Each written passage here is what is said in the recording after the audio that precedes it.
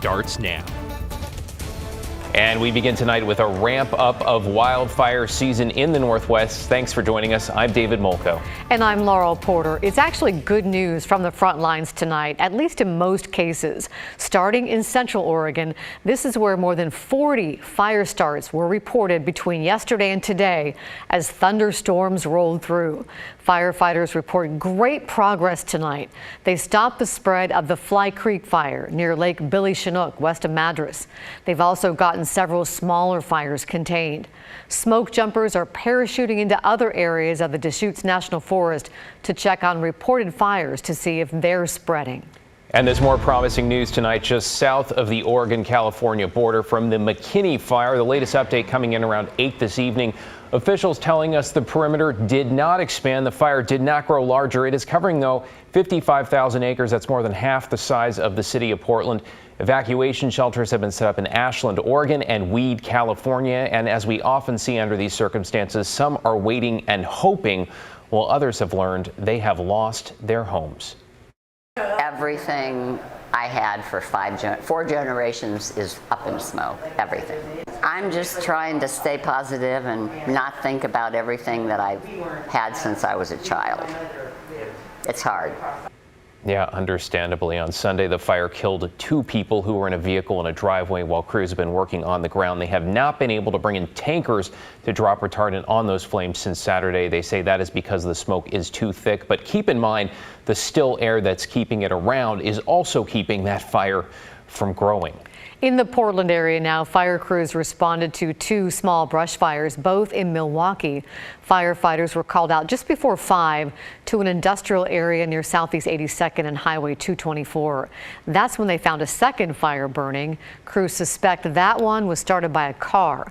Both were put out quickly and no one was injured.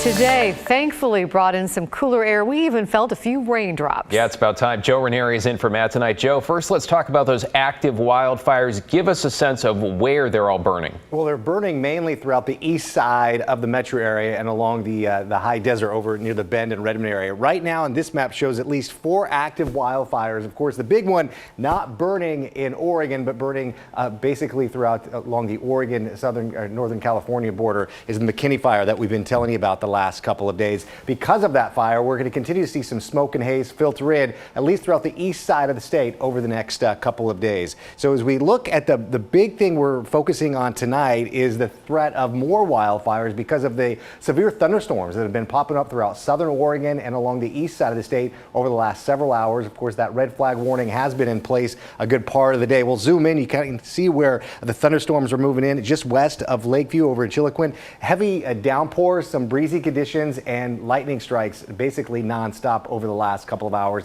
That's going to continue heading into the rest of this evening and into tomorrow afternoon as well. As we put in the smoke forecast into motion, it won't be impacting us too much here throughout the Pacific, or rather the west side of the state, but it's going to be very thick smoke throughout the central and eastern side of the state heading into tomorrow and Wednesday. I'll talk more about the cool down that we're going to be seeing the next couple of days, but I'm also tracking the potential of another heat wave coming into the first part of next week. And details on that about 15 minutes from now. Watching things closely. Thanks, Joe. And although we are getting a break, we're also learning more about the toll the extreme heat took on Oregonians. The Oregon State Medical Examiner's Office now says 14 deaths are linked to the weather over the past week. 7 of them in Multnomah County, 4 in Marion County, 2 in Clackamas, and 1 in Umatilla. Now, keep in mind, it is a painstaking process to officially confirm the cause of death. Right now, they are suspected heat-related deaths. The leader of Al-Qaeda, who had a significant role in the 9/11 attacks on America, is now dead. President Biden tonight announced the results of the U.S. counterterrorism operation. Ayman al-Zawahiri took over the terrorist organization after the U.S. killed Osama bin Laden 11 years ago. The president said U.S. intelligence found him in Kabul, Afghanistan. 2 people briefed on the matter say a CIA drone strike killed him on Saturday. It was the first American attack in Afghanistan since U.S. forces left there nearly a year ago. The president says no one else was killed. If you are a threat to our people, the United States will find you and take you out. Al-Zawahiri was also Al-Qaeda's second in command on September 11th, and U.S. officials considered him to be a key architect of the plot, which left nearly 3,000 people dead. In a statement, the Taliban government of Afghanistan confirmed the airstrike and condemned the attack. To get you caught up on tonight's other headlines, a fire at the Dalles Marina has Interstate 84 closed right now. A viewer just sent us this video of the flames. Firefighters are working to get control of it.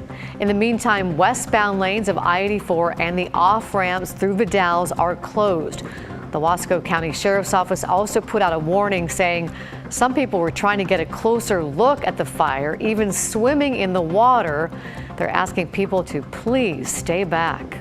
A driver is facing bias crime and DUI charges, and police say it started with a crash.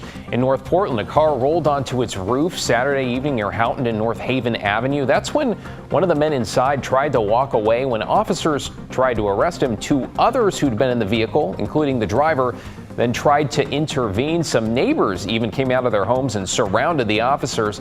Investigators say the driver then threatened to assault an officer and a sergeant, targeting them because of their race and gender. Two men in the car were also cited for interfering with police. Both a child and an adult are recovering tonight after a shooting in Vancouver. Police found them near East 35th and T Street. The man had a gunshot wound to the leg, and a small child was nearby, also hurt, but it's not clear yet how they were injured. Both were taken to the hospital, but thankfully it sounds like they're going to be okay. A staffing shortage in the town of Lebanon, Oregon means inmates are being let out of jail on the weekends because the police department doesn't have enough people to staff the jail 7 days a week.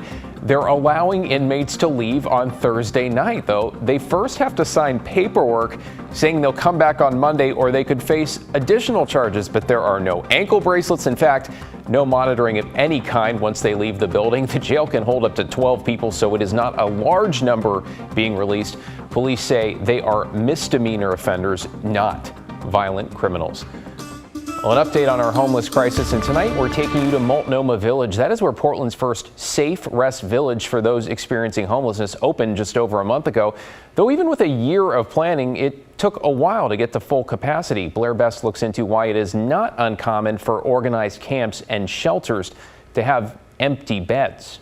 It's an all too common sight here in Portland. Tents covering the sidewalks, people sleeping on the streets, and not to mention the drug use and piles of garbage making its way into what were once sought after neighborhoods. And it's unbearable to watch your whole city become a dumpster fire.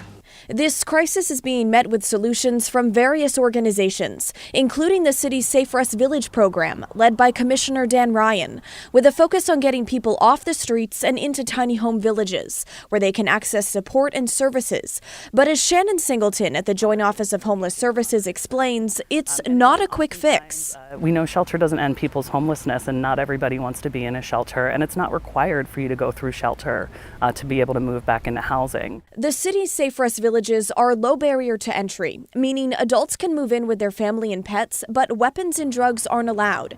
It's run on referrals through the city's Street Services Coordination Center. That's the first responders on the ground helping the homeless. So what are you looking for in this referral process? We're not putting any sorts of screening or anything in front of people to access. It's like an emergency shelter. Last month, only 16 of the 30 beds at this Safe Rest Village were being filled. Just last week, they reached full capacity. And what took so long to get to this point? Honestly, it's just about the referral process and the access and ramp up. There wasn't anything particularly that my team has reported to me or that I heard from our city colleagues that were particular barriers to moving to full occupancy. It's a complex problem, that's for sure. Matt Huff runs Agape Village in Southeast. It opened 3 years ago and can hold about 15 people. It has never been full. The most we've ever had here at one time was 8. Right now we have 6. These villagers must go through background checks, be sober, and are only allowed to stay for about 12 months. In the past couple of years, they've had about 125 applications. Only about a third have actually moved in. Not everybody's comfortable with the structure. Like Jennifer Suprick. I sleep right here in the back seat. I'm an addict, and my family doesn't condone it. So usually it has something to do with relapse, and after a relapse, my housing usually falls out from under me, and then I usually have nowhere to turn. For people that have been there on the street for a long time, you know, it's a totally different way of life. And Amy Miller gets it. For about 5 years, she experienced homelessness and was addicted to heroin. Now she's sober and works at Agape. Really the only way to get a better life is to make that first decision to change something that you don't want to change. It is frustrating seeing people not want to take advantage of that and continue to, you know, make the choices to be stuck in the cycle that they're in. It's going to take a little bit of everything. I think there needs to be the low barrier options, there needs to be the higher barrier, there needs to be congregate, there needs to be village, and then there needs to be that professional level of care that not every village or shelter can provide. It's worth noting that not all organized shelters are unable to get people in the door. We reached out to 10 of them, and here's what we found. Dignity Village in Northeast has a wait list. One difference we found in their rules is they allow the use of alcohol inside the tiny homes. The same goes for the Parkrose Community Village, and they too have a wait list.